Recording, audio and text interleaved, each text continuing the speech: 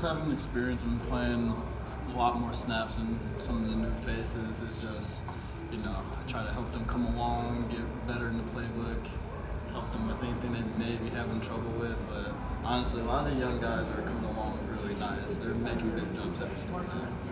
In your way and coming back versus kind of moving on with your life, kind of what does it decide? Sorry, say again? When you're trying to decide between coming back or maybe moving on and doing something else with your life, kind of what was the main factor there for you? Just thinking about myself and, a little bit of my family too. I felt like I left a lot out there last year, so it wasn't too hard of a decision for me to want to come back. You talk about all the new guys. Is there ever moments where you have to kind of do what Yusuf did at times, where you're almost like lining up guys pre-snap just to make sure?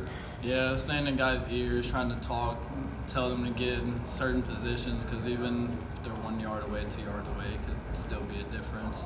Just to get them correct, put them in the right spot.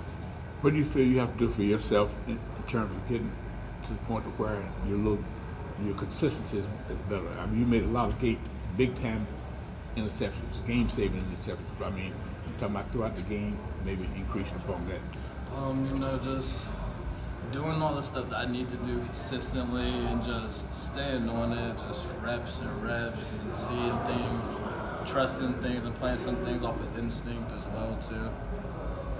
Yeah, you mentioned, you felt like you left some out there on the field. What did you leave out there? And there's just so many plays where, I dropped a couple picks. I'm one step away from a pick. It's a catch, then a hit.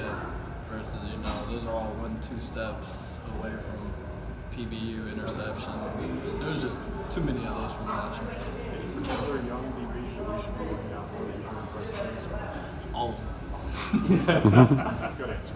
Yeah, that's a good senior answer right there. That's pretty good. Obviously, bad news with Vito.